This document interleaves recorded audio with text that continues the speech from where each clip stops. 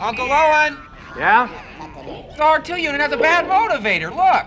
It's a positive film. It has heroes and villains, and that it essentially is a fun movie to watch. It's been a long time since people have been able to go to the movies and see a sort of straightforward, wholesome, fun adventure. Well, it's a fantasy. It's not science fiction so much as it is space fantasy. And it's about people. It's finally about people and not finally about science. The story, when you actually put it into words, is only so much nonsense to hang a great visual experience onto. It's the stuff that fairy tales are made of. Sort of boiling down religion into a very basic concept. The fact that there is some deity or some power or some force that sort of controls our destiny works for good and also works for evil. Marvelous, healthy innocence. Great pace, wonderful to look at, full of guts, nothing unpleasant. I mean, people go bang bang and people fall over and are dead, but, no horrors. A sort of wonderful freshness about it, a kind of like a wonderful fresh air. It's got whatever you want it to be. It's pure entertainment. It's like a roller coaster ride, and it can be interpreted as long as you enjoy it, which is the intention.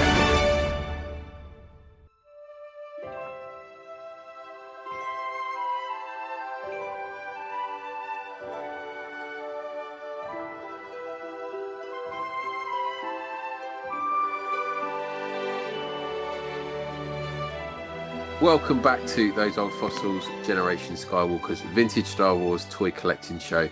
And in this, our 35th episode of Those Old Fossils, we're continuing to take a look at a vintage figure where the characters appeared in The Mandalorian as we approach the release of The Mandalorian and Grogu. So this episode, we're taking a look at R5-D4 and his bad motivator. I'm Dan, and joining us this episode, I've got Martin Woodgate. You all right, Martin? I am, mate. How you guys doing? All good, mate. All good. So I don't know if you saw it or not, Martin, but Disney Plus put on a 5-minute sneak peek of the opening of Mandalorian and Grogu on May the 4th. I did. And there's quite a lot of AT-AT driver action in there, mate. What did you think of that? You excited for it? Yeah, I mean, it looked good. I mean, they just got booted straight out of the canopy, didn't they? They didn't do a lot. Did he set one on fire as well? Yeah, kicks him off the cliff. Snow trooper got lit up, didn't they? Yeah, it's pretty aggressive. I don't know. Tentatively looking forward to it. It was a great opening. Yeah, I think that I wasn't looking forward to it necessarily so much. More so after the opening preview. I think that made me look forward to it a little bit more. Yeah, I think they're playing their cards really close to their chest because everything, even like on the modern lines, everything they've brought out is really generic. So we've had Snow Troopers, they've brought out what are the other ones, the RT8 or the AT-RT driver. That seems to be the focus of what they're releasing, and the Mandalorian and Grogu somewhere, or maybe a Sigourney Weaver figure. Everything that's been in the trailers, but everything else they're keeping that pretty quiet. Yeah.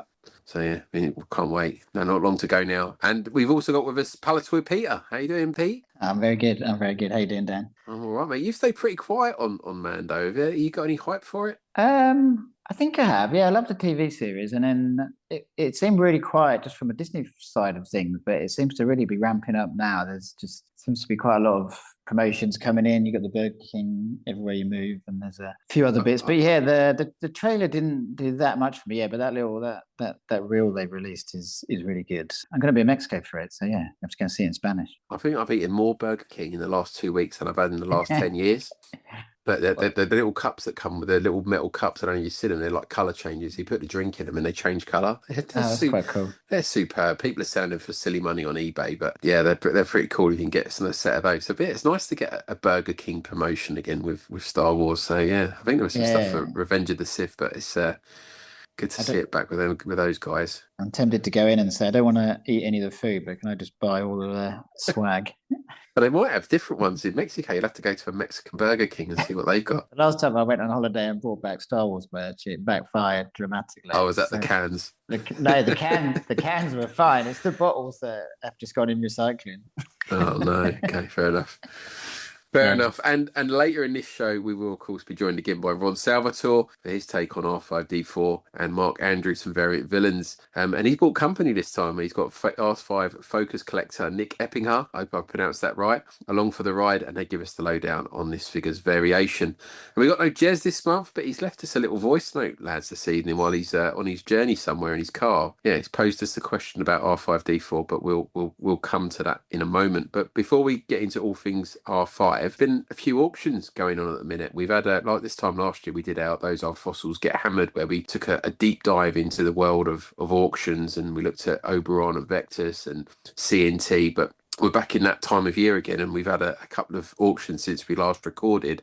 Yeah, so Vectis, I had an auction on the 15th of April, and there were a few nice bits and bobs in there, some nice Palitoy bits and pieces. I thought I'd pick out a couple that I was interested in. Certainly one to keep it on topic. There was a nice Palitoy 20A R5-D4 with an estimate of £600 to £800. That ended up hammering at 1,800. So that's going to be about 2,200 with fees. I saw that, yeah. Did look nice though. Yeah. So a figure that I've been interested in getting, and I haven't yet, and that's getting a Palitoy Sand Person. And there was a nice one there, again, estimate 800 to 1,000. That hammered at 620. Oh, wow. Okay. Which I thought was quite reasonable. So it's about 770 with fees. But another one I liked was a Kenner Canada X-Wing, which looked quite beautiful. Box was a little worn, but you don't see them often. Unused contents, estimate 500 to 600, and that hammered at 420. So it would have been 530 with fees. So I thought there was good value in that. I thought it was a nice looking piece. Lovely, yeah. A couple of like kind of odds and ends that I was looking at on there. They had the yogurts poster, the one with the big Darth Vader head on it. That went for 120 plus fees. I thought that was a good buy as well. I didn't think that was awful at all. No, that was a good one. Have you on anything on that one, Pete? There was a few. I know that no one's got that much time for it as a figure, but there was two really gorgeous Anakin tri-logos.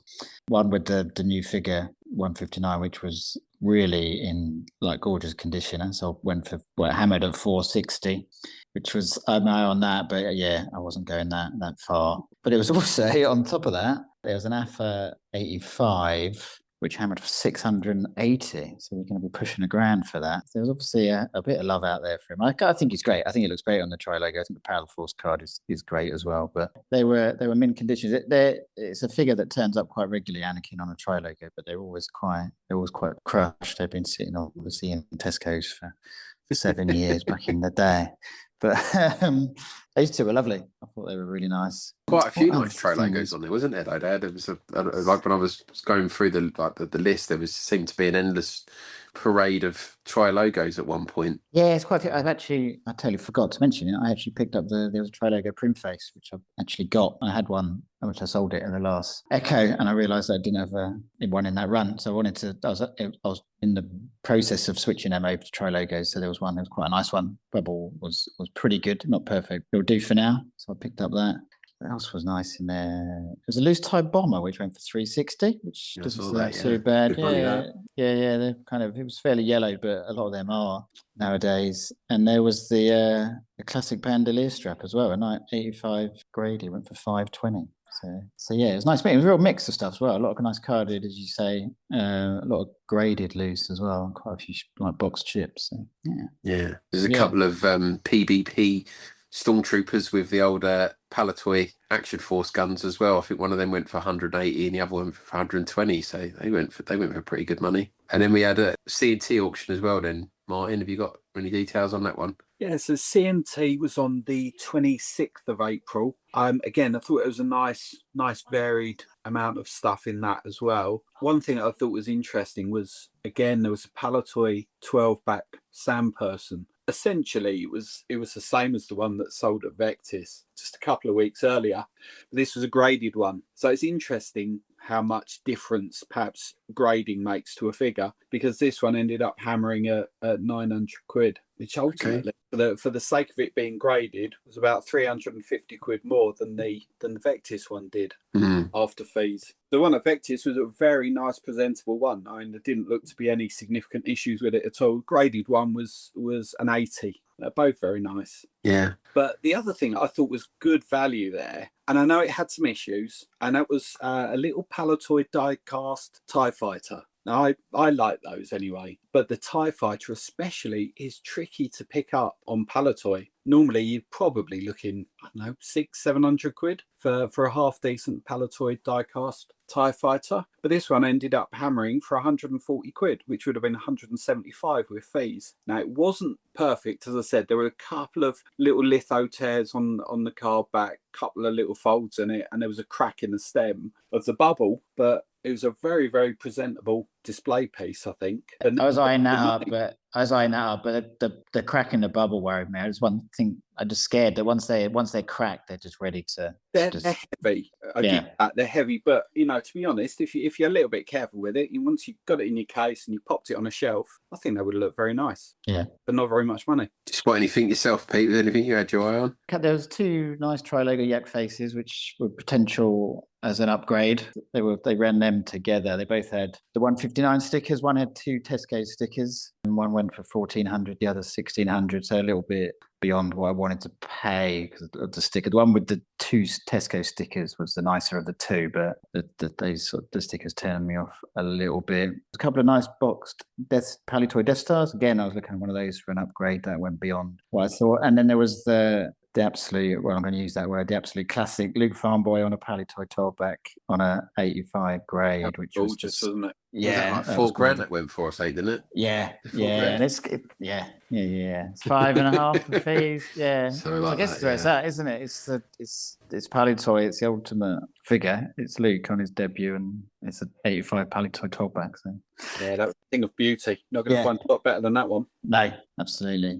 The Sonic controlled land speeder was nice. The box was pretty bad, but the insert, the actual toy, and it had most of the contents as well. But I think the box let it down quite dramatically. They had an estimate of 2 to 3K on that, and it went unsold. But it's not surprising with the box that it was in. So it seemed a little flat. I don't know if because that Sunday afternoon, the last one they did on a Sunday afternoon was really good. This one there seemed to be quite a lot of unsold lots. So whether just that dynamic doesn't quite work as well in the spring. Was it a nice weekend weather-wise? I don't know. So it's a tough one. Maybe if you get a wet Sunday afternoon in January, everyone's just in and getting involved. Whereas the minute it's sort of a bit of sunshine, everyone's out. It's funny though you say that because I remember you saying that when just after the auction finished, the following day I was talking to Mark Daniels. We were talking about it, and he seemed to think it was popping. So I suppose it just depends on what you're looking at, doesn't it? At the end of the day, I did like that. We've obviously talked quite a bit last month about Luke Jedi, but that headboard, did you see that? Yes, that was quite sold, didn't it? I think. And I thought we went for like £300 or £400, didn't it? Or did I get that wrong? Might be wrong. I've got it as unsold as well. Okay. Yeah, I don't know what I'd do with it if I got it. It's not saying I'd buy, but I thought it looked quite impressive. So whenever I see something like that, I always think of Stuart. I think a few years ago he'd probably bought that, attached it to his bed. There was the Oops. I've got the pronunciation right now, Martin. Oops. The Oops Stormtrooper that went for was at $820. I think that ended up going for with. I did put the opening bid on. I thought, right, if it goes for $800, I'm having it. And then someone else came in at $820. I was like, no, I can't bring myself to pay £800 for the comic book because the figure's only worth 100, 200 max. So it is all in that comic book. If he's got a circulation of 500,000 copies or something, we said last month. I don't think it's worth £800, but yeah. Yeah, I know what you mean. I did make a purchase though. Did you boys buy anything from that one? Not the CNT, no. So I was originally looking at the Snowtrooper because that was on my list of things I wanted to pick up this year. But then when I read the description, it became apparent the bubble was cracked. So I passed on that. But what I did get was the 45B Boba Fett. Oh, no. I think that's the closest I'm ever going to get to getting a fully sealed Palitoy Fett. It has got a bubble lift in it. I don't know to what extent I'll pick it up on Saturday at Sandown and find out. But I thought, I can't miss that opportunity. So I pulled the trigger. that was actually one that I was watching. I was interested in that, and I thought if it goes for not too much, then I'll have a pop at it. I went for more than I was going to go for. But I was looking at that, and everything you said was correct. I mean, that could make a very presentable reseal. Yeah, I think with the I've got an open bubble FET as well on a Kenner card, but I was literally on Facebook that night and I sold it. And Mark Daniels messaged me the next day. That's how I ended up talking to Mark, and he's going to me, "You bought that FET, didn't you, on C&T?" And I was like, "Yeah, how did you know?" He said, "Because I could see you selling your other ones." So he had my number on that one. But yeah, I think that the Sunday auction is nice in a way, and I think you're right, Pete. I think it's got to be maybe they should just save them for the winter months, because as we move into summer, people are so busy at weekends. On that Sunday, it was Emma's birthday, so I was kind of had half an eye on my phone, like eating a meal, going, right, I need to get myself in a position where I could bid on this in a minute. And then tomorrow, at the time of recording, so Wednesday, the 13th tomorrow, we've got an Oberon auction. Have you boys had any chance to look at anything that's going on there? It looks like there's some nice stuff in there. There's a lot of nice stuff. Lots of Turkish. Yeah, that'd be really interesting, because I can't remember them ever coming to auction. They're all Michael stuff, aren't they? We'll make a pretty penny tomorrow, I reckon. Then, yeah, no, just that Bosk mailer is really what I've got mine. There's a couple of other bits, but I'm not going to go too mad on those. But yeah, it's great to see these auctions again. I do enjoy a good auction on a Wednesday afternoon. So I'll be watching that tomorrow while I'm working, I'm sure. Got your eyes on anything on that Oberon one, Martin? No, there's nothing specifically I'm looking for. I saw an advert initially when Nick was saying that he had that MTV7, the Uzai one. I thought, I fancy that when it came up, when the catalogue was released.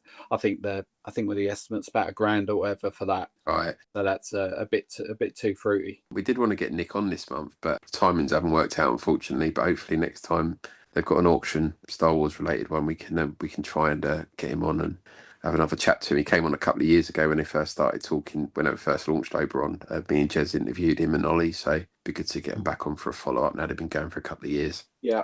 Now, I remember Dave Tree was selling an MTV7, who's at Fordingbridge a few years ago, and I was eyeing it up then. I think he wanted about 400 or 500 quid for it. Right. Boxed one. I was like, yeah, it's one of those things you look back on now and think, yeah, I probably should have done that then. Yeah, that'll be interesting to see how much. Has it got any bids on it yet? Do you know? Or is it still... Not when I last looked, but that was 3 or 4 days ago. Oh, you might have to keep an eye on it tomorrow, Martin. You might have to treat yourself.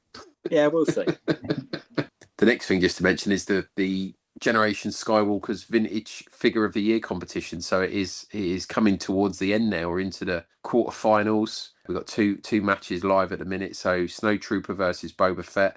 Looking likely that the Snowtrooper has won that, unless there's a massive run on Boba Fett overnight. I think Snowtrooper's got that in the bag. And the second match is the ERG versus Bush. And although ERG took an early lead, Bush looks like she is going to win that one. I think there's about 5 or 6 ahead now. I reckon Bush has got that. So we're looking for our semi-final. The first matchup's going to be Snowtrooper versus Bush, boys. Who's going to win that?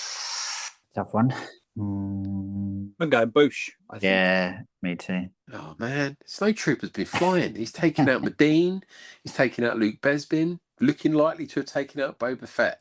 This is great, but everyone's got to meet their match sometime. And then in the second half, kind of the other 4 figures. So it's going to be Luke Jedi versus Yoda, and then Darth Vader versus Chewbacca. So what 2 figures do we reckon is going to go through out of those 4? Vader. Yeah, I reckon Vader will beat Chewbacca, you reckon? Luke and Vader. So you're going to get a Luke and Vader in the semi-final. That'll be a good one. I know what music I'll be playing over that Instagram post. And then who's going to win out of them 2? Oh, tough one. I can see Vader. I reckon. You reckon Vader will win that? I've got an half a thought it's going to be Luke in the final, because he again seems to be one that people seem to take a shine to for some reason. Yeah. I know who I'd vote for, but I suspect he won't win. I think you're probably right. I'd vote for Vader, but I suspect Luke would probably beat him. Yeah. So yeah, it's going to be it's an odd one to call. I think when we were going through this last month, we were some of them are pretty easy, weren't they? You know, Squidhead versus Boba Fett. It was pretty obvious who was going to win, but yeah, it's tough, isn't it? It is tough. It's been really good fun to do. It's been fun. It's interesting to see the way the voting goes. So, but yeah, semi-finals will start on Saturday, and then second match on Sunday, and then on Wednesday the 20th. That will be the final. So if you are listening to this in time and you want to get involved, head over to Facebook and Instagram, and you can start voting for some of those figures. And we'll know by the day, the 22nd of May just in time for Mandalorian and Grogu, who's going to be crowned vintage figure of the year. Good timing. Yeah, it wasn't planned. Oh, was it not? I was going to say, I thought you planned that. No. I'd claim it as if you planned it then. Yeah, that's Yeah, it. absolutely. Take it. R5-D4. Baby, let's talk about you and me. Let's talk about all the good things and the bad things that may be. Let's talk about R5. Let's talk about R5-D4. Let's talk about R5. Let's talk about Come on, Red, let's go. Let's talk about R5-D4 is one of Star Wars' most overlooked but quietly important characters. He first appeared to audiences in 1977 Star Wars, when Luke Skywalker's uncle almost buys him from Jawas and Tatooine. The Jawas line up their wares, and R5-D4 is the one he picks. Deal done. Except, at the exact worst moment, his motivator fails spectacularly with smoke and sparks. The deal's off. So after some prompting from C-3PO, Luke suggests R2-D2 instead, who just happens to be carrying the plans for the Death Star. And just like that, the entire course of the galaxy changes because one droid breaks down at the wrong time. Or was it the right time? For years, fans speculated that R5-D4 didn't simply malfunction, that he made a choice, that he deliberately blew his own motivator to ensure R2-D2 could continue his mission. Then in 2017, that idea effectively was made canon in Star Wars from a certain point of view. In the short story, The Red One, written by Ray Carson, R5 becomes aware that R2 is carrying information critical to the fate of the galaxy and intentionally sacrifices his own chance of being purchased so R2-D2 can continue the mission. I can't decide if I like this or not. On one hand, some think it's a lovely idea that the droid quietly sacrifices himself to help save the galaxy, but for others, it's a little too convoluted. But what's great though is that his story did not end there. Canonically, R5-D4 actually appears earlier in the timeline than A New Hope. Eagle-eyed fans can spot him travelling through the streets of Mos Espa in Attack of the Clones, set roughly 22 years before A New Hope, making this his earliest chronological appearance in Star Wars canon. Decades later, he turns up again, still on Tatooine, in the first season of The Mandalorian, in the Mos Eisley Cantina, and then later in the Book of Boba Fett and the third seasons of The Mandalorian, now owned by Peli Motto, and eventually supporting Din explore Mandalore. He even gets some moments of personality here, hesitating when things look dangerous, needing a bit of encouragement, but still showing up and doing the job. He's not fearless and he's not flawless, but in a galaxy full of hyper-competent heroes and cutting-edge machines, that actually makes him stand out. R5-D4 isn't the most advanced droid, and he's certainly not the most iconic, but he shows that sometimes even apparent failures can have positive outcomes. Hey, get right back here, scaredy droid. Come on now, you gotta shine. This R5 astromech is built for adventure. But, of course you are. You're supposed to be piloting starfighters across the galaxy and fighting tyranny. It's falling apart, and besides, I got no room for it on the N1. Nonsense. R5-D4 is as good as a day came back from serving in the rebellion. Even co-pilot. Hey, if you don't settle your bolts, I'll sell you back to the Jawas. And because it's Bunta, what I'm gonna do is I'm gonna give you this for half the price and throw in a free oil bath. Before we give our own opinions on this figure, I think we should listen to what Jez has had to say. So he's driving somewhere, swearing, so we've had to bleep it, but let's take a listen to that now. You're doing R5-D4, and I guess I'd love to have a conversation about R5-D4 with you guys. So maybe I could just leave this to you to like ponder or something or other. But I think R5-D4 nowadays, people think it's quite cool. I don't know what you guys are going to say about R5-D4, but the chances are you'll like him. You know, everyone seems to like R5-D4, you know, and I've seen bad motivated t-shirts and, you know, generally quite a bit of love for him. You know, when we've seen him now being put back into, you know, Disney Star Wars and Mandalorian and stuff, it's like, oh, there's R5, amazing. But if you think back to, you know, when you were a kid and when you were watching Star Wars, R5 was just awful. He sounded awful. He looked awful. You know, he had a real boo, boo, boo, boo, boo, as opposed to, you know, R2 was like, yeah, I can do that. R5 was just a bit like, and he just didn't look slick.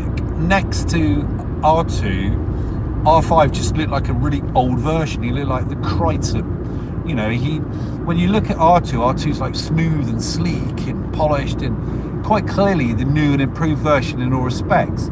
So I think as kids, the chances are we all preferred R2, we all preferred the main droids. So what is it now? What is it that has changed us?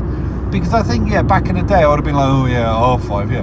R5 goes in the Y-wing, which isn't as good as the X-wing. It was just always like second rate. So why? Why do we love R5? Is it because, you know, we've grown, we've changed? Is it because we see R5 in ourselves? Who knows? You know, if you were a kid and look into the future, would you be thinking, yeah, that's what I want to be when I grow up? And now we have grown up. Are we thinking, no, I'm happy with where I am. I'm happy with R5. I don't know. I don't want to get all philosophical or anything like that. But what is it? Because if you ask the 8-year-old you, what do you think of R5-D4? You'd probably say, he's no good. He's got a bad motivator. He sounds bad. He looks bad. He's greasy. It just ain't working for me. Whereas I want a carded R5-D4. I think it looks good. You know, there are R5-D4 focus collectors out there. Why? What has changed? What has been that trigger for people which has changed R5 from a figure to a really quite popular one? So there you go. So Jez clearly doesn't rate this figure, or didn't rate this figure growing up. I think he's mental. What do you boys think? Is this one you rated, or is this are you of the same opinion of Jez? No, I totally disagree with Jez. I don't know what happened in his childhood not to like this figure, but I thought it was a cracker. I found it quite elusive to get when I was a kid. I don't think I had a childhood one. So yeah, it always seemed to be kind of to evade me. I thought it was a great figure. I do too. I never had one. My friend Lee Jarvis, who lived next door to me, he had one. He had a few of the other kind of second wave of figures, so Greedo and Power Droid, figures that I hadn't seen in my own collection. I didn't have those, so it really stood out. I think it's a lovely little figure, and I can't believe that Kenner didn't do more variations of it with the R2 units. You know, you see so many of them, certainly in those opening scenes when Vader's on the Tantive, they've kind of corralled all the R2s together and they're marching them with the soldiers. And even on Tatooine as well, isn't there? In Mos Eisley, there's a ton of R5s going around. They could have easily reworked that figure into those. Yeah, because they had the molds and everything, didn't they? So yeah, missed opportunity there. What do you reckon to it, Ryan? Yeah, it's a good figure. I always liked it as a kid. So yeah, I did have one as a child. And yeah, it's nice. It's good. Don't know what Jez is on. Well, this is the person who rates the Rebel Troop Transport and Chewbacca Bandolier, to be fair. Enough said. I think that sums it up, yeah. Have we got mint on card versions in our collections today? No, I haven't. I've got a couple of loose ones. That's it. I got a loose one when I was first collecting back in the 90s. I think I got one off a friend. And then got a nicer one sort of about 10 years ago, so kind of added a really nice one. I think it stands out. It really does stand out in that second wave of figures and just looks great. And then the first 20. What about you, Martin? Have you got most ones uncarded? I have. I've got a carded one, which is, looking at it now, I don't know if it's a 20 or 21 back without hooking it off the shelf. Right, okay. A nice Kenner Star Wars carded one. Yeah. I've also got a miscard as well. Okay. So I've got the Tri-Logo R5 card with a Biker Scout on it. Nice. That's a good one. Yeah, I do like a miscard, so I haven't got that many. That's a nice one to have. It's a lovely card back though, isn't it? It's a great card really back. Good. Yeah. I think if we ever do card back of the year, that could be a top 10 card back. I think it looks great. Figure of the year, Dan. Well, might have to volunteer you for that, mate. If you can play that game with me. Sorry, mate. Bad life. I couldn't hear you. Get you a bit of Adobe Pro going, mate. A bit of Photoshop. You'll be sorted. Sorry, I'll call back later. I've got a Kenner one. I think I used to have with a Boba Fett offer. I think it was a Kenner 20 back, but I chopped that in and ended up with an Empire one. But that it was a couple of months ago at C&T. They had a bunch of 45As Palitoys, and they had the R5-D4 in there. At the time, John Hayes was saying it was like one of only 3 known examples, and it went for like 1,200 quid, which just seemed a real bargain. But yeah, that doesn't come up often on the Palitoy card, but it is a great looking one. Move the ship out of the asteroid field so that we can send a clear transmission. Yes, ma'am.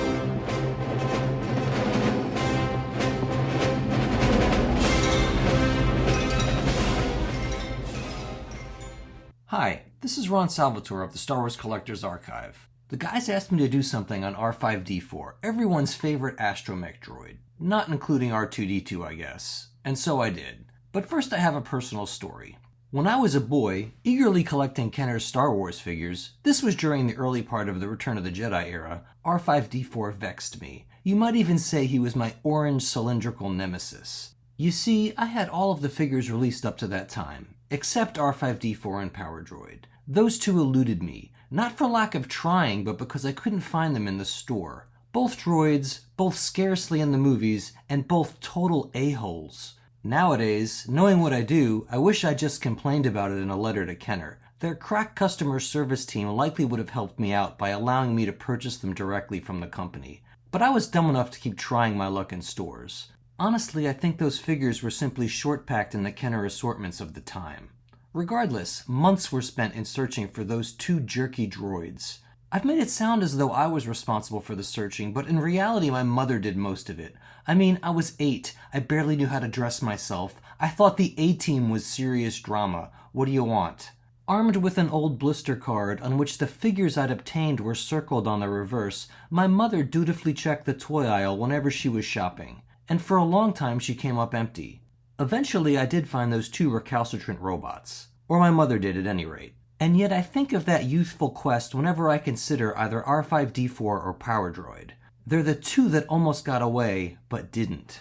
And really, that's how I think of all my collecting triumphs, as seeming impossibilities made into realities. There's a sort of wizardry to this aspect of collecting, an alchemy. Through it we order chaos, and perhaps achieve in the realm of trifle what we couldn't in that of substance. And maybe that provides a bit of consolation, as it mitigates our failures in life, in business or family or love. Because one time when you were 8 or 50, you found an R5-D4, and the world was made right for at least a moment, until you met with the next dissatisfaction.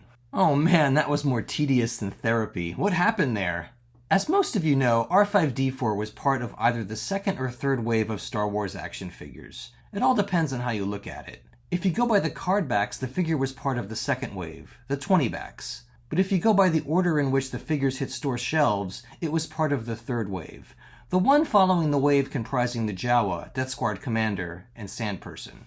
Basically, we're talking early 1979. The figures released alongside R5 were Luke X-Wing, Power Droid, Death Star Droid, Hammerhead, Greedo, Walrus Man, and Snaggletooth. Of course, the last 4 were actually released in late 78 via Sears, but they didn't appear on card until 1979. It was a wave of figures designed to complement the toys available through Kenner at that time. Of course, kids who owned an X-Wing naturally wanted a figure representing Luke in his pilot outfit. As for the creatures, they were intended to populate the Creature Cantina Action playset, a plastic interpretation of the most talked about locale in Star Wars. The droids, for their part, could be used in Kenner's 2 Jawa-based toys, the Land of the Jawas action playset and the radio-controlled Sandcrawler. I mean, what use was a Jawa land without R5-D4 and his bad motivator? If you had the playset, you sorta needed the figure. Though specifically tied to the first Star Wars film, R5-D4 was available on card through the Return of the Jedi era, though he was sometimes a little short-packed, as my boyhood experience testifies. Had the line continued past 1985, the figure likely would have been released on a Power of the Force card, as evidenced by the existence of a proof card bearing that logo. And that POTF version of the figure surely would have been packaged with the Droids coin.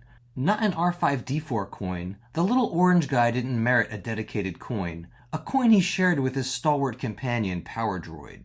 The design depicted the two droids standing in front of a Sandcrawler tread. Presumably, it would have done double duty as a POTF pack-in with Power Droid. The text on the coin's back reads, "Galactic robots with advanced high-tech features, programmed for a variety of specialized technical operations." I mean, that's not very inspiring. Technical operations? It makes them sound like IT guys. How do you work technical operations into your play patterns? Anyway, the POTF R5 and Power Droid never came to be, meaning the coin was available only as a mail-away. Of course, the R5 figure was also released internationally, I'm not going to go over all the permutations because it would take up too much time, but I will mention two that stand out to me as special. The first is the version released by Popey in Japan. Like all of Popey's Star Wars figures, it was packaged in a colorful graphical box about the size of a matchbox. The figure inside was sealed in a factory bag. The second notable international release was an unauthorized one. I'm speaking, of course, of that deriving from the Turkish company known as Uzay. During the latter part of the 80s, Uzay issued around 15 unauthorized figures, all of them on graphically unique cards. The figures were based directly on Kenner originals. Today they're all rare and incredibly valuable. The R5 is interesting in that it boasts a dome that is awkwardly elongated. It makes it look a bit special. Look, I gotta be straight with you, you're unlikely to ever acquire one of these Uzay figures unless you're willing to spend quite a bit of money. Even loose it'll cost you. But best of luck if you intend to try for that. In the realm of rarities, the most notable piece is surely the 3-pack that Kenner made available specially to American department stores. The figures included were Death Star Droid, Power Droid, and of course R5-D4. The pack was promoted in the company's 1979 department store program as the Android set. This was the name given to the set from the previous year featuring Chewbacca, R2-D2, and C-3PO. The box pictured in the catalog even featured a blue color field, just like its 78 predecessor. But as actually released, it featured a color field of avocado green, as well as a title more appropriate to its nature, Droid Set. I'm glad Kenner corrected that. I mean, this is Star Wars, not Blade Runner. There are no androids in Star Wars. Unless, that is, you consider Rick O'Lee from The Phantom Menace. I mean, that dude was definitely some kind of an android. That's the only explanation there is for his droning all of his lines like that. That little droid did it! They should have left that creep on Naboo with the Gungans. The 1979 series of 3-packs was the only one to come with backdrops. These were basically just cardboard backdrops that could be propped up behind your figures for display purposes. The backdrop that came with the droid set depicts Luke and a Jawa tinkering on R5 while R2-D2 looks on. So the set actually came with 2 R5-D4 products. Rad. Here's the text promoting the droid set from the 1979 department store program. These 3, together with R2-D2, were captured and transported by the Jawas in the Sandcrawler. R5-D4, 2.5 inches, was originally purchased by Luke. The Power Droid, 2.25 inches, was seen in the Sandcrawler dungeon together with a gleaming silver Death Star droid, 3.75 inches. Exclusive backdrop for added realism. If you really want to get crazy, there was also a 7-pack containing R5-D4 that was exclusive to Sears Canada. But since it's among the rarest of Star Wars production items, I don't want to spend too much time on it, because you ain't finding one even if you wanted to. For more information, see Scott Bradley's excellent website, the Canadian Star Wars Gallery. More obtainable, but still scarce, are the 2 mail-order packages containing R5-D4 that were issued through American catalog retailers. One was available in 1979 through JCPenney, Alden's, and Spiegel. Based on known examples, it consisted of a brown mailer box. The figures themselves were packaged in factory baggies. The other mailer pack containing R5 is more interesting, because its box featured line art representations of the figures packaged inside. A 15-pack, it was sold through Sears for the 1980 holiday season, and it's pretty tough to come by. The line art adorning the box was drawn from Kenner Repro Art. That is, schematic artwork provided by Kenner to retailers for use in advertising and promotions. Okay, how about prototypes? Well, there aren't many. For some weird reason, R5-D4 prototypes have always been rare. Though it's hard to say with any certainty what's out there, as things are popping up all the time and it's tough for a casual observer to keep track. There was a time when no first shots or Star Wars logo proof cards for the figure were known. I believe that situation has changed somewhat, and maybe 1 or 2 first shots are known to be out there, but that's still not very many. The same goes for the Star Wars proofs. I think maybe 1 partial example may exist. Proofs bearing the other logos are obtainable, though, including the Power of the Force one I mentioned previously. There are also coin prototypes, namely hard copies and soft copies of the Droids coin. These are sized at 6 times the production version. I don't believe the coin sculpt is surfaced, but I may just be forgetting. The best production item available for R5-D4 is likely the photo art, the master artwork used to generate the figure's iconic card back. You can see a photo of it in Matthias Rendall's excellent book, A New Proof. Figural prototypes related to R5 are so scarce in part because the figure wasn't sculpted in wax. Rather, it was patterned.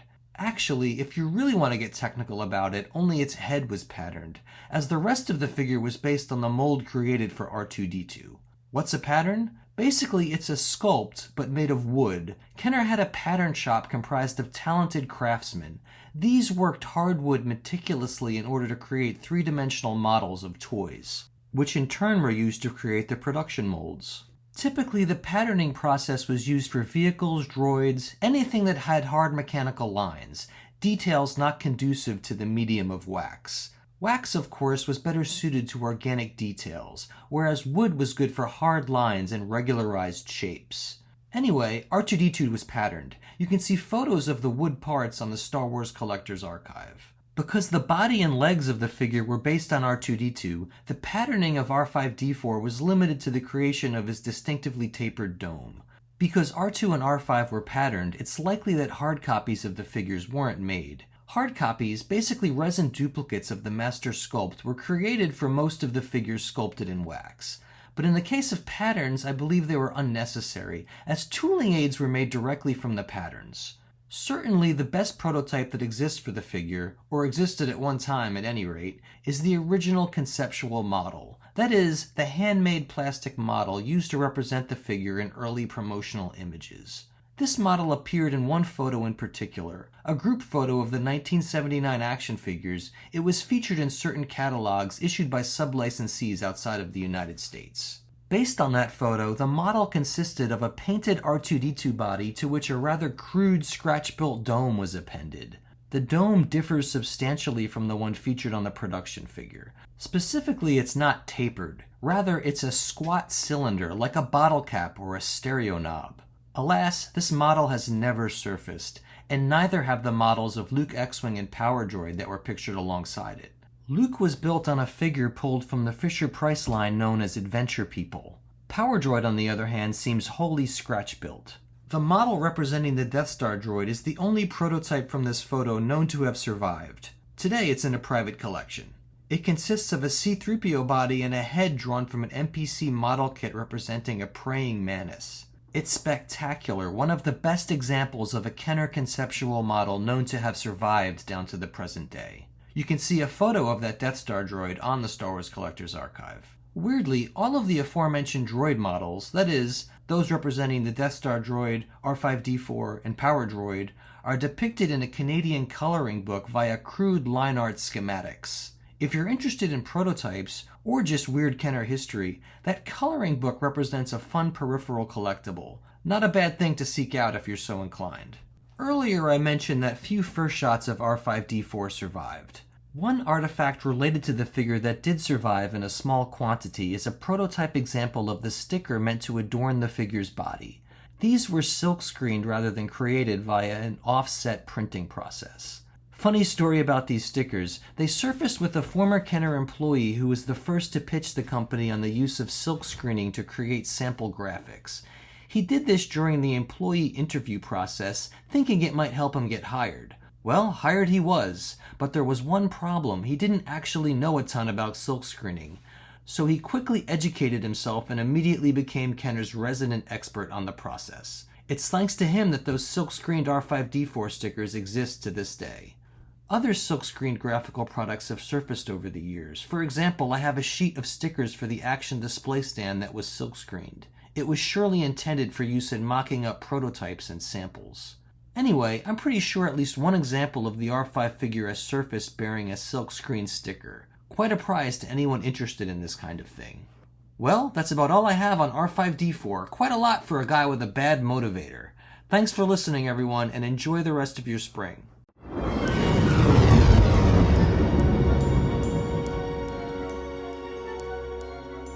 Great shot, kid! That was 1 in a million! Remember, the Force will be with you, always. Thanks for that, Ron.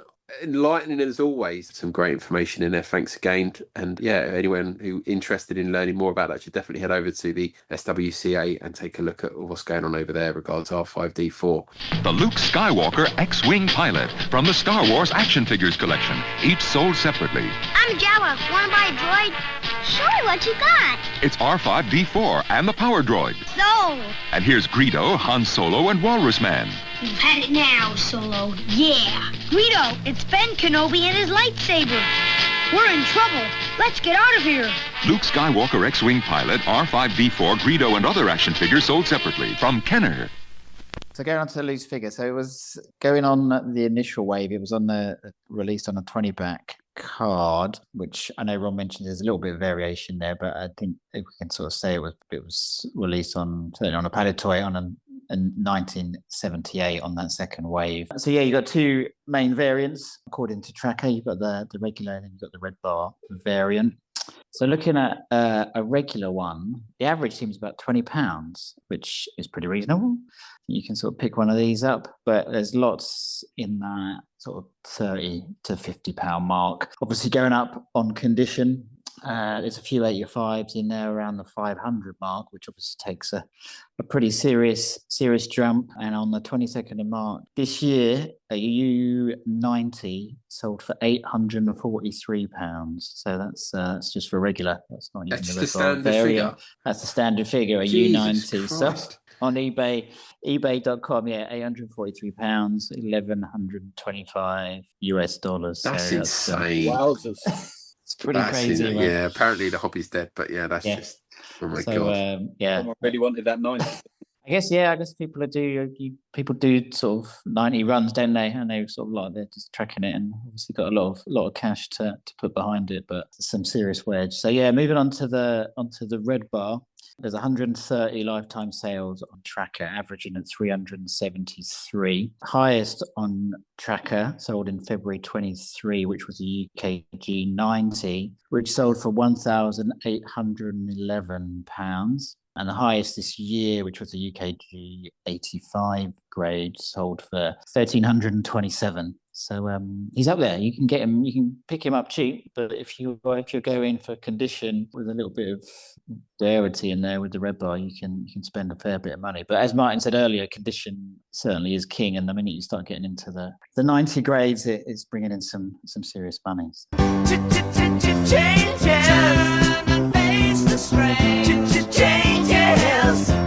Hi everybody, it's Mark here from the Variant Villains. I'm here tonight with Nick Eppinga from the Netherlands. Have I got that right, Nick? Have I said your last name correctly? Hi Mark, almost. It's Eppinga, but it's a very Dutch sound to it. But yeah, it's Eppinga. So we're here today to talk about R5-D4, which is your focus figures. How long has it been your focus? I think about 10 years.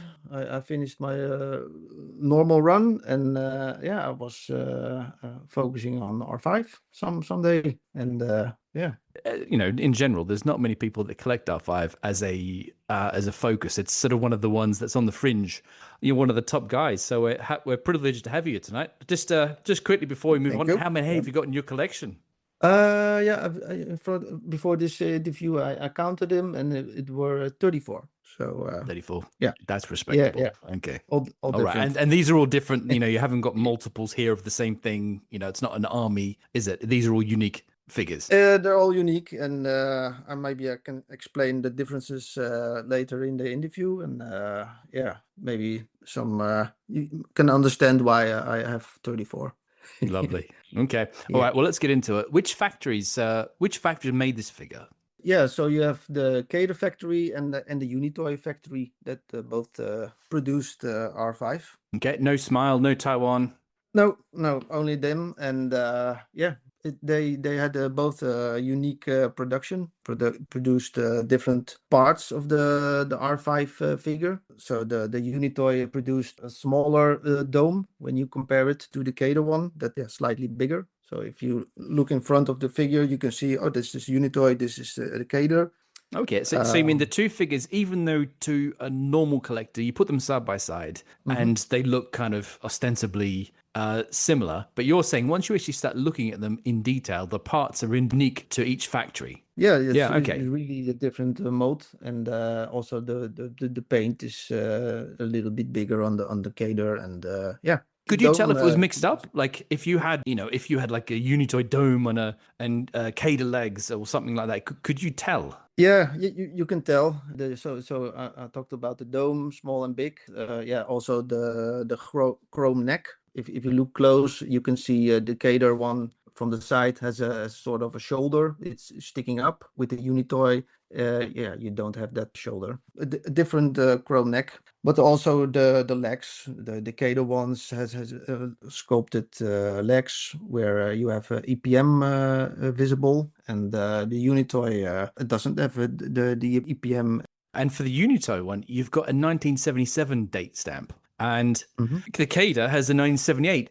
You use a time machine, but yeah, it is generally known that the R5 has a copyright of 78. So Kader changed it to the 78. R2 had the 77 copyright. Yeah, somehow Unitoy sticked with that, and Kader changed it. So that is the big difference there. So when you talk about Frankenstein's, you can see immediately, okay, this is a Unitoy and this is a Kader. Trip around the world over to France, and from what I can see here, we've got what we call a Meccano exclusive. So it's a figure that was released in France under the Meccano license, and it's not really found elsewhere, not even in Europe. It just seems to be a French exclusive. So tell me about this particular one. What makes it special? It's quite rare. Meccano one, yeah, only popped up in France, of course, and they changed country of origin, or at least they erased Hong Kong part to 1978, no COO. First discarded, and later on they were more smooth, and they make it smooth, no COO, and were all produced with the same kind of sticker. Yeah, it's a large wedged sticker with lighter blue and lighter gray. Yeah, but the legs, specific kind of red that is used on the legs, and also partially on the dome. Okay, so it's not as if you can be, getting handy and sort of filing off the COO and sort of saying, "Hey, this is my 78 Noku, my ultra rare, and here's the price for it." It's you can tell from the paint, you can tell by the sticker. There's multiple points of reference that you're looking at to make sure that what you've got is a legit example of one of these Meccano exclusives. We've made it this far into the conversation, and we haven't brought up the Rockstar of R5, which is the red bar. R5 has a sticker, and we call it the large wedged sticker. So it's a specific pattern in the sticker. It's yeah, and you have the exact same sticker, but sometimes in the left upper corner, the rectangle is filled in red, and otherwise it's just not filled in. Is just a regular figure, essentially. It just happens to be this one particular sticker that is found on the Unitoy and the Kader examples of the figure. Yeah, it's found on all, or not all, but in most combinations with all the families and the COOs, but not on the Unitoy with no COO or the Kader one with no COO. That's okay. So it's an earlier release. Yeah. They changed it. Yeah. Okay, and I think we've pretty much covered everything. There's only one little sub-license yet to get to, and that is POC. Can you just give us a really quick run through on the POC R5-D4? Yeah, the POC has a specific the 1978 Kader mold with Hong Kong on it. It's the family 4, and yeah, it looks like a normal Kader one, but yeah, it has its exclusive paint. So in Spain they had their own paint, and yeah, they make it a specific exclusive dark red. So it's not comparable with any other R5. So yeah, that's the thing to look at. it is a tough figure to identify, isn't it? I mean, it's not like you're looking for sonic welds. It's not a sonic welded figure. It's screwed together. The paint isn't. It's different. I hear what you're saying, but it's not that different. I mean, that's the chrome, the red. I mean, the sticker's just a standard Kenner sticker. It's not any sort of unique sticker that they applied in Spain. Yeah, it is. This is a tough one to identify, isn't it? You've got to really you got to know your POC and your Kenners to really be able to pinpoint this is a legit figure. There's a newer, sort of a more recently recognized POC variation as well that has the orange legs. I've added that up on the variant villain guide if people want to go and check that out as well. It's there's probably even fewer tells with this one. Apart from the legs themselves, there's even fewer tells. Have you got one of these? No, that's something to look for in the future. But that is fantastic. We've covered it end to end. So brilliant stuff. Thank you very much, Nick. Yeah, check out Nick's guide. Him and I put our heads together and we've done a fantastic guide. It's all the things we've talked about in the conversation today. Take a look, indulge. It's a wonderful little figure to get stuck into. R5, there's some barrier shields. I'm gonna need you to deactivate them one at a time. Okay. Deactivate the first shield.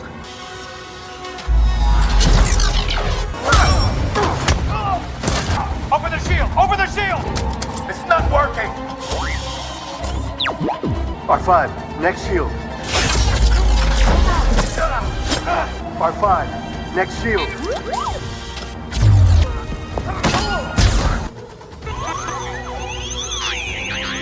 R5, next shield. R5.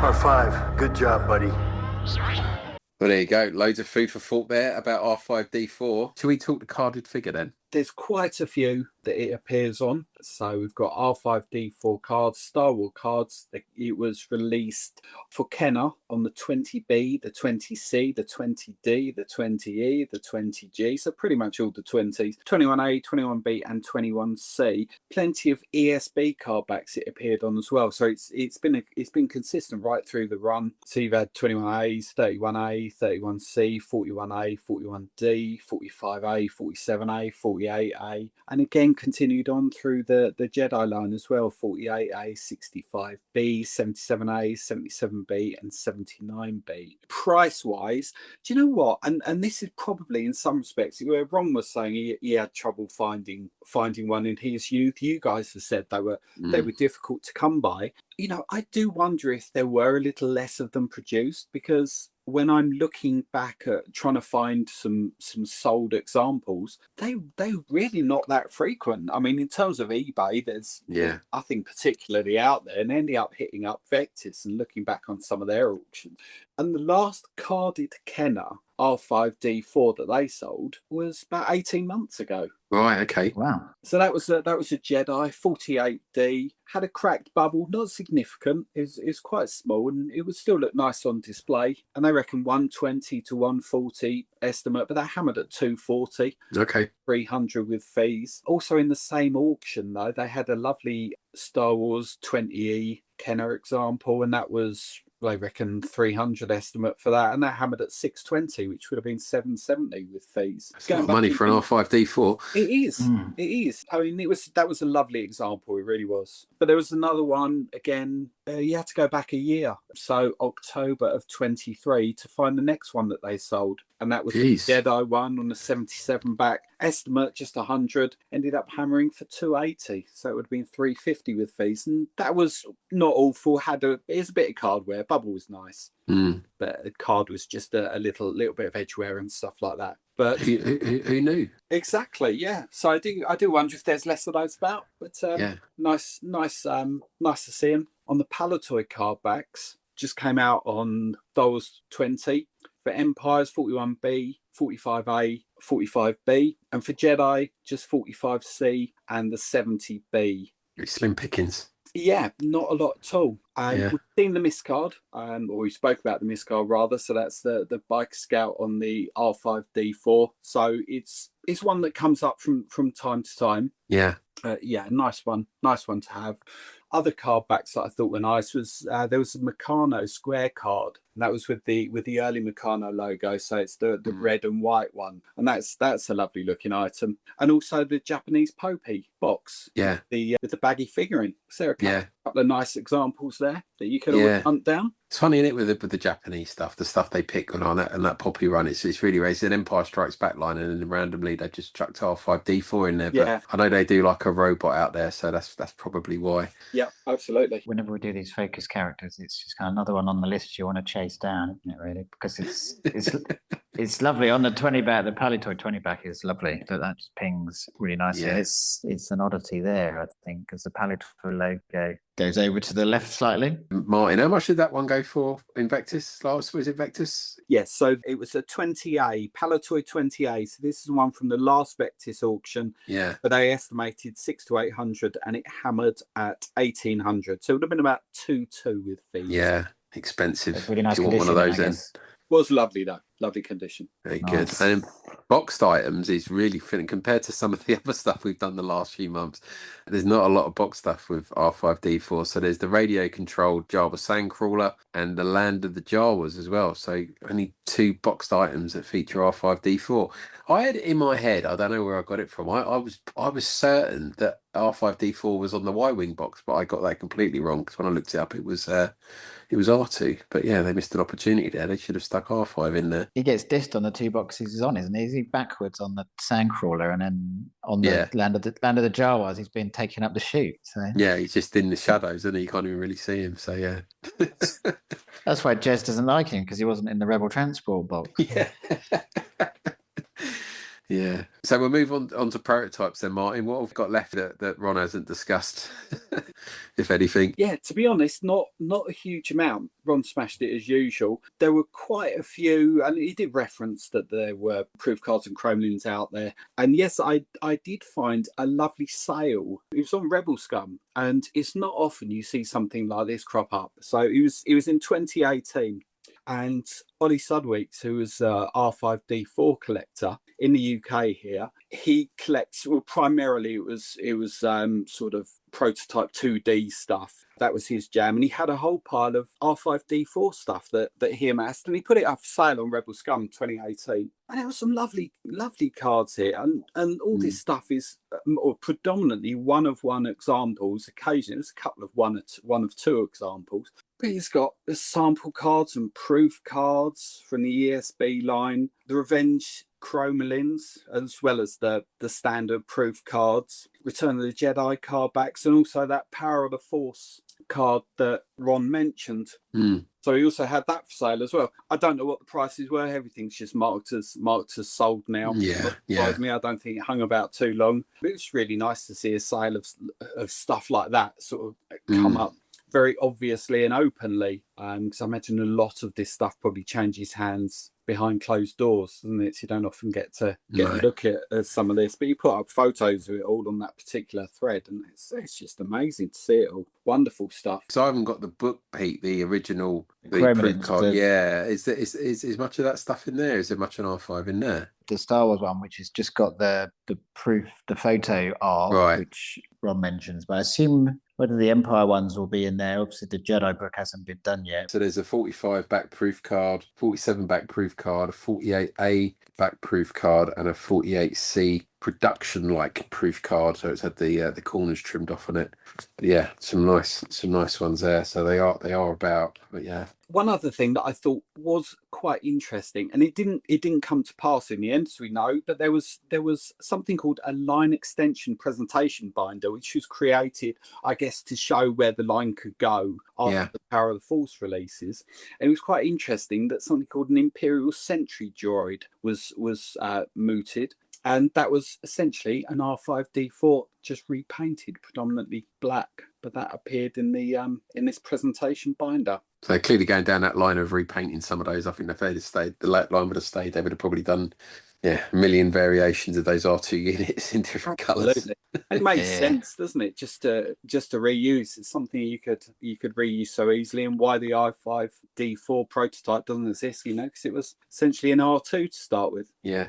Yeah, definitely. Very good. Shall we move on to the multi-packs, mailers, baggies and bootlegs then? So going on onto the baggies, there's 9 in total. You got the Palitoy G, Palitoy K, Palitoy M, and P. There's a Euro I, a Star Wars A, a Star Wars D, an ESB A, and what is probably the nicest of the lot is the ESB C, which is the Popey, which we've mentioned. That's really nice. It's got a nice big Kenner, nice big bold Kenner logo, and the made in Hong Kong in blue on the obviously the clear baggie. That's a pretty attractive one. The other ones are just pretty standard. Multi-packs and mailers. He's got quite a few. Ron obviously has covered them. He covered the 3-pack special offer in quite some detail, along with you got R5, the Death Star droid, and the Power droid. They're gorgeous as ever. Very nice packs. Then you've got this a 4-pack, which was JCPenney and Spiegel, which is a pretty unremarkable brown box, but probably remarkably rare. And there's the 9-pack, which is just bonkers rare. I think one of these came up earlier this year, just a box, and everyone was losing their mind about it. It's the 9-pack, which was the Sears Canada exclusive. Right. So you had you had R5, Hammerhead, Walrus Man, Luke X-Wing, Power Droid, Snaggle Tooth, but you also had the Boba Fett in there. So you can imagine how rare getting all those 9 carded figures in one box together would be. So they are very highly sought after, and as we have seen, the retro collection have taken their inspiration for those boxes from that. I'd say that's probably the only hope many of us will get anything that looks like that. But it looks pretty cool. I like those retro collection box sets. They're quite nice. What else have you got? You got the 7-pack, which is just phenomenal. I think we covered that in the IGATA, or maybe it was the Bosk episode. They're gorgeous, big Sears exclusive, nice big sort of slip case of the 7 carded figures came in. And then there's the 15-pack, which Ron also mentions, which has just got the line art. I think normally a lot of these mailers just come with just the plain boxes or the generic stickers, but that 15-pack with the 15 separate line arts is a thing of beauty. Bootlegs. So Uzai, we mentioned that you got the R5-D4, which is a pretty cracking piece. He also appears on the Luke. It's the C3PO, isn't it? He's also in the background. They obviously hadn't seen the movie and saw that it was R5 that trailed C3PO through the desert. So he gets in there. So yeah. Obviously getting a lot of Turkish love on the Uzai line. And then there's a Mexican bootleg as well with the sort of trademark crazy color combinations they've got. So he's coming in, what kind of, you've got a picture of him? Yeah, so he's got like black legs and a white body, and he comes in a 3-pack. But there's also a salmon pink version. Okay. Well. So if you want to get that. So yeah, he comes in a sort of a 3-pack with a Return of the Jedi scene header, which I want to say, Martin, did you have one of these for sale at some stage, or am I just making that up? Yeah, I've had a couple of them through the years. Yeah. I've got a couple. I've still got a couple with sort of AT-AT drivers in. Yeah. So they're quite cool. That header card is pretty cool. You got the Jabba's sort of dungeon scene. Some crazy bootlegs there if you want to go down that road. Shall we head over to Craig's Corner then and see what Beyond the Toy stuff we can find for R5-D4?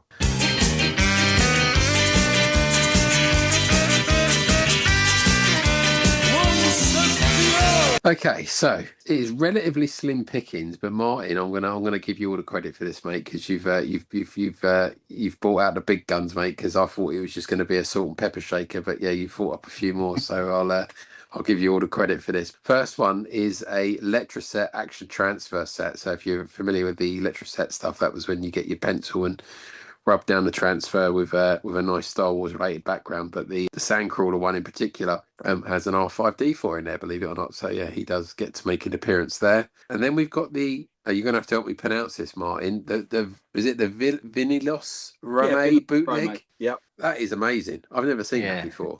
Yeah, it's bonkers. So just to describe anyone who's never seen this, so this is an R5-D4 head. It looks like the action figure. He's got a money box slot in the top of his head, and then you've got the body of what looks like an R5 unit, but he's got kind of robotic claw arms and a set of treads that he travels around on. That is amazing. That is pretty amazing. Familiar with that already, were you, Martin? Before we did this, I'd seen it before, just because I hang around sort of the bootleg pages on Facebook and stuff like that. So I had seen it crop up before, not often. Yeah. But when we were doing this, I thought, I know there's something in there, so I had to have a route around to find it. And there's probably 2 or 3 cropped up. I mean, they're not common by any stretch of the imagination. And they were in various conditions. Some were more faded than others, but the one I sent the picture over of was a particularly nice example. Yeah, and the notes say this was produced in the 80s by Villanos Romay in Mexico and was given away as a gift by the Banco Refracti. I can't even pronounce that. I'm not even going to try. A Mexican bank to encourage their customers to save. Yeah, yeah. So it's a free gift ultimately. Nice. Lucky they didn't get sued for copyright there, eh? You know, forget about saving money. They would have got sued by Lucasfilm if they'd have known about that. I mean, they've done a load of changes, as you said, with the tracks and with those claw hands. But I mean, their head's an absolute dead ringer, isn't it? That is R5-D4 all day long. Nailed on. Yeah. and then we've got the Avon Galactic Robot Necklace. Is this like from the Avon lady? I'm guessing it is, right? I imagine it's the same company, yeah. Yeah, potentially a bit. Oh, that's to be on notes. So made by Avon, New York. So this again is taking liberties with the R5-D5 design. I don't think there's any. It's R5-D4, but it's far enough away that you could probably get away with that not being copyright infringement, I reckon.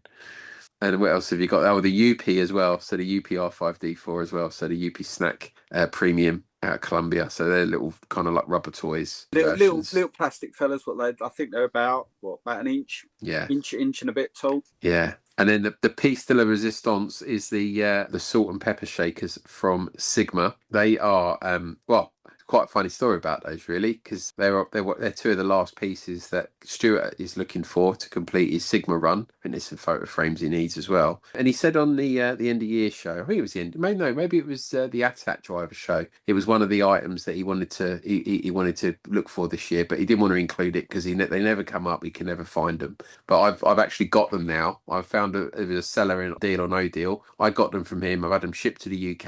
And Stuart still hasn't bought them off me. So. I'm lumbered with R5-D4 and R2-D2's salt and pepper shakers. I'm hoping when he comes here in a couple of weeks, when we go and watch Mandalorian and Grogu, we can flog them to him, Martin. You have to help me out with that. And if Jez, you're listening to this, you have to get stuck in as well. I need to get my money back out of them because I ain't keeping them. I've heard they're soaring in value as well. Yeah, that's right. Yeah.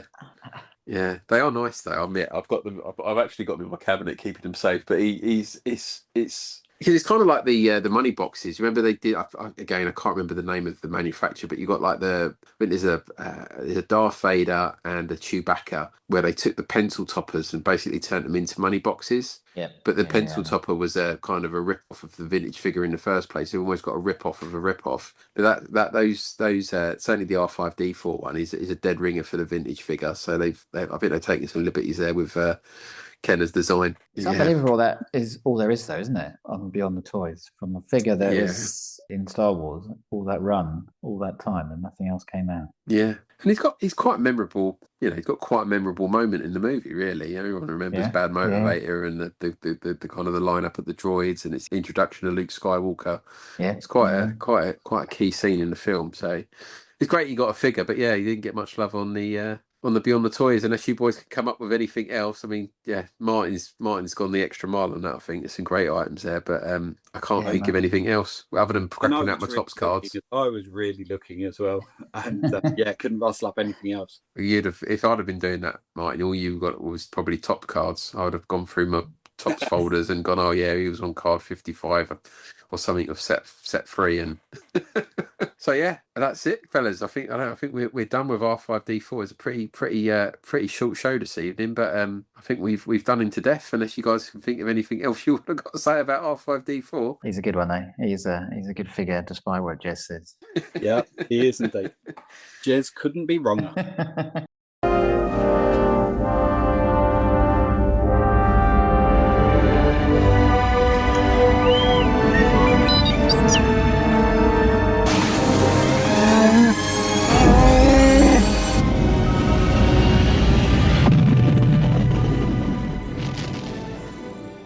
So that is it for this show. We hope you've enjoyed it. All being well, we will be back with more old fossils next month. Not sure what figure we're going to do yet. I think we'll watch Mandalorian and Grogu first before we call it. I think that's fair, guys. I've got a few things in my mind we could do next, but it'd be a shame to go and watch the film and think, damn it, we should have done this one next. So I do want to watch the film first. Well, we've already got a mini rig, and we've got a mini rig kind of. Yeah, up well, in we did the INT4. We done it everything the wrong way around this year, so we should have saved that driver and Snow Trooper for next month. But we've already done 2 of the key figures that they've already shown in the trailers. So we'll have to see what else is in the movie. There'll be more. They're obviously going down a bit of a vintage route, aren't they, with it? So Yeah, I reckon we'll be doing the Millennium Falcon.